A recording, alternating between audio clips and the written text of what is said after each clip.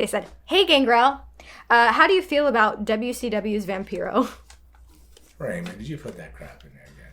We get that question like so much. How do I feel about him? I don't know. Uh-oh. I used to know. I used to think I knew. I used to think like I was gonna kick. If I ever seen him, it wasn't gonna be a good ending. There was one trip where he talked a lot of crap to a friend of mine named Norman Smiley about me, and I remember Norman would be like, "Oh, you don't want to mess with Dave. Don't go that route." And then, so I was prepared to get off a plane in Japan. We were on the same tour. I was gonna just dust him, and then he was like, "Oh, he carried our bags and stuff," and he was like super nice. But then at the end of the tour, all Luna's meds disappeared, and he was the only one that was zombied up, like because her meds are not like meds for a normal person. They're meds for a psych. like she takes some shit that'll put an elephant down, like to keep that balance. What was it called? Elavil.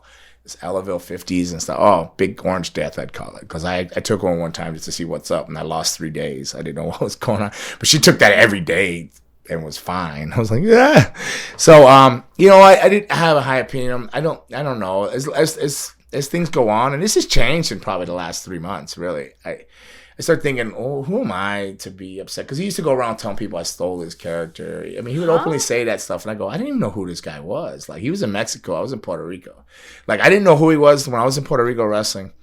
They have Lucha magazines over there because it's Spanish, right? Lucha Libre. It was a magazine, and I go, oh, what's the guy doing? They're calling him Vampiro, but he's not a vampire. But I'm doing a vampire character with fangs and stuff, so I go, oh, it's kind of different, but whatever. But it turns out the fans were calling him Vampiro. He did, but then he just wrote that. But he would tell people that I was a copy, but he would say all kinds of crap like that through his years. But as you grow older, and I don't know if I grew wiser or not, but as you sit back and you go, it's not that big a deal. Like, what do I care what somebody has to say, this or that? He's actually reached out to me to do some stuff and stuff like that. And, I got to follow up on it. But he did something kind of shady to a friend of mine named Sin Bodhi. And Nicholas Sin, he's not a bad guy at all.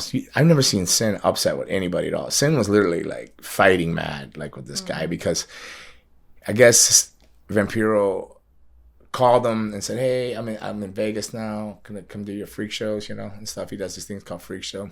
So he goes on there, and then he does the show and everything, and whatever's fine. And then he tells him, like, hey, I got a business partner. We're going to be doing Freak Show.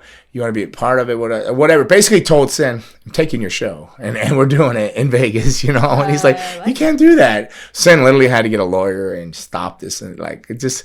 That he went that route, and then I guess apparently tried to apologize to him, like, oh, it wasn't me, it was the other guy. But it's just kind of who he is. It's just kind of, anybody that knows him just knows there's always some kind of like heat around him or something. But then you hear he has all these health issues now and different things. So, so I don't like to talk bad about anybody. Like, I was always taught, if you don't have anything good to say, don't really say anything at all. So, like, I really didn't say anything, but I don't have anything bad to say about him now. I think I'm over anything as I get older, and maybe I should have thought about working with him. But Sin's a friend of mine, and I'm pretty loyal to my friends. I'm like, I'll be super loyal to my friends. Like, so if he's done somebody wrong that I consider like a friend, and Sin's on that hand, he's in the 5 fingers.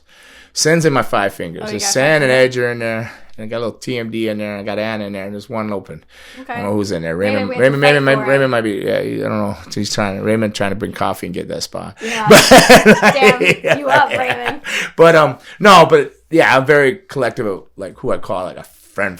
You know, I use the term loosely a lot of times, but if I say like, yo, you're in that circle, like. People trust, that hand of trust. Sin Bodhi's on that hand of trust. So if Sin Bodhi had an issue with him, then it's hard for me to overlook that and maybe do something together. Even though I'm a business person, and business opportunities. But if I have negative feelings already deep down inside about some stuff in the past, more than likely they would just harvest and come to the top, and it would end badly, right? So I just kind of avoid those situations. But no, I was happy. The thing people don't realize is I believe, I could be wrong, so don't quote me, boy, because I ain't said shit.